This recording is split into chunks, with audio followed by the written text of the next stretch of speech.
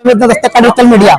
हमारी टीम आज उपस्थित है दिल्ली के जंतर मंतर पे और यहाँ पर आदिवासियों के द्वारा एक प्रोटेस्ट किया जा रहा है और उन टीम से हमारे साथ यहाँ पर कुछ साथी मौजूद हैं। उस टीम से हम उनसे जानना चाहेंगे कि ये प्रोटेस्ट जो है किस लिए किया जा रहा है, क्या मांगे हैं उनकी। जी सबसे पहले आपका स्वागत है हमारे चैनल में। चलिए, आपको बहुत बहुत धन्यवाद। मेरा नाम देव कुमार धान है। हम लोग राष्ट्रीय आदिवासी समन्वय समिति भारत संगठन बनाए हैं, उसका हम लोग जो है समन्वयक हैं और पूरे देश के लोगों को एकजुट करने का हम लोग प्रयास कर रहे हैं। मुख्य रूप से जो इस देश में करीब करीब 20 करोड़ आदिवासी लोग रहते हैं, लेकिन उनका आजादी के बाद से धार्मिक पहचान उनको नहीं मिल पाई है।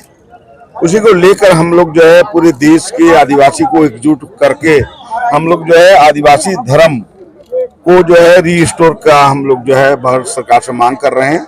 तो इसी को लेकर आज हम लोग जंतर मंतर में करीब करीब 10 राज्यों से के प्रतिनिधि आज आए थे और हम लोग आज प्रधानमंत्री और गृह मंत्री को अपना मांग पत्र सौंपे हैं कि 2025 के जो जनगणना होने वाला है उसमें हम लोगों को अपना धर्म कोलम जो को रीस्टोर कर दीजिए और हम लोग को सम्मान दीजिए।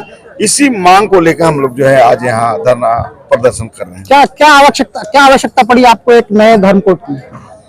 देखिए, ऐसा नहीं कि हमारा धर्म तो आजादी से पहले अंग्रेज जमाना में भी थी, हमारी गिनती अलग से होती थी, लेकिन एक साजिश के तहत 1961 में कांग्रेस की सरकार थी, उस समय हमारा धर्म कोलम को हटा दिया गया। क्योंकि इसका मुख्य वजह यही है कि भारत देश में जो अभी जो सरकार है वो इस देश को हिंदू राष्ट्र बनाना चाहती है। तो अगर हमको अलग धर्म कोड मिल जाएगा तो 15 करोड़ 20 करोड़ लोग हम लोग अलग हो जाएंगे, तो उसमें खतरा आ जाएगा। इसलिए लोग अपना स्वार्थ के चलते हमारा धर्म कोलम और हमारा अस्तित्व को लोग मिटाना चाह रहे हैं। तो क्या अपने आप को आप हिंदू नहीं मानते? हम देखिए, हम हिंदू हैं ही नहीं, तो मानने का क्या बात है। हम हिंदू रहेंगे तब तो मानेंगे, क्योंकि कौन बोलता है कि हम हिंदू हैं।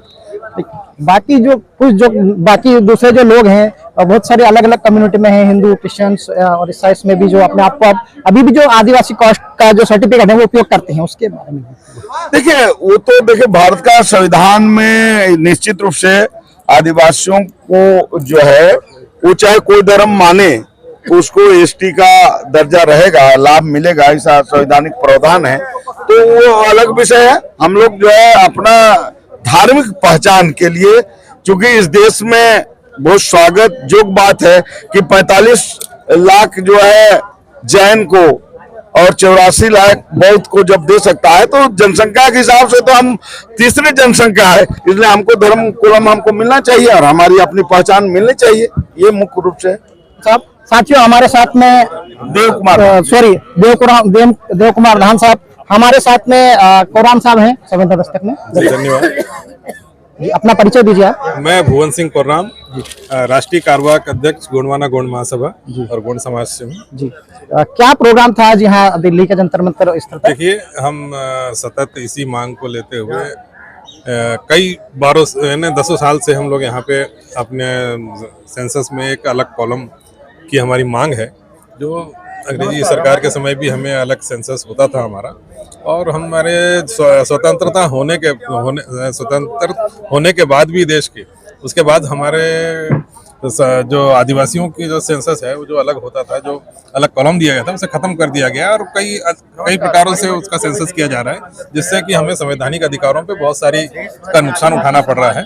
इसलिए हम आज उसी मांग को ये कहना चाह रहे हैं कि जो पहले से चला आ रहा था उसी को पुनर्स्थापित कर दे, या फिर आदिवासी के नाम पे उसे 7वां कॉलम है उसमें अंकित करवा दे।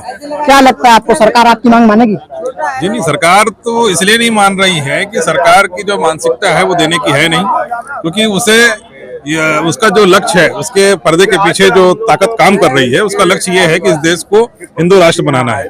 और हिंदू राष्ट्र बनाने के लिए उसे जो जनसंख्या चाहिए, उस जनसंख्या जो 20 करोड़ हमारे आदिवासी है, काफी मायने रखते हैं।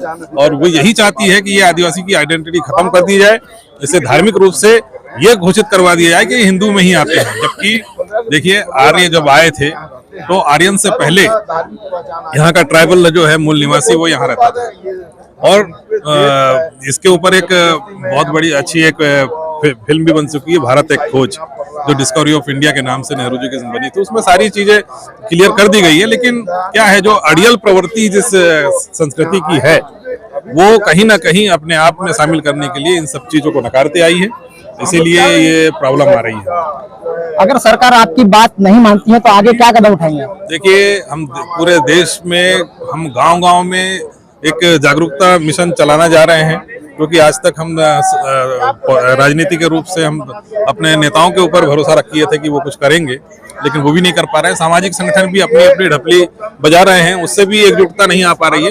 लेकिन एकजुटता आ सकती है, वो आ सकती है हमारे ट्राइबल्स की कस्टमरी लॉ से, जिसमें कस्टमरी लॉ में एकजुट होकर आम सहमति से सारी बातों को एक छत के नीचे हम लाने का पूरा प्रयास करेंगे, और कहीं ना कहीं हम आने वाले समय में सफलता हासिल करेंगे।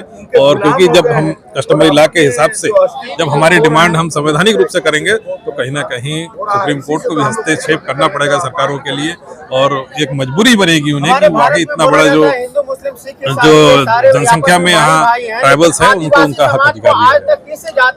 तो दर्शकों, आप देख रहे थे दिल्ली के जंतर मंतर से लोक संवेदना दस्तक के लिए पुरुषोत्तम कलम के साथ विजय उपाध्याय की रिपोर्ट।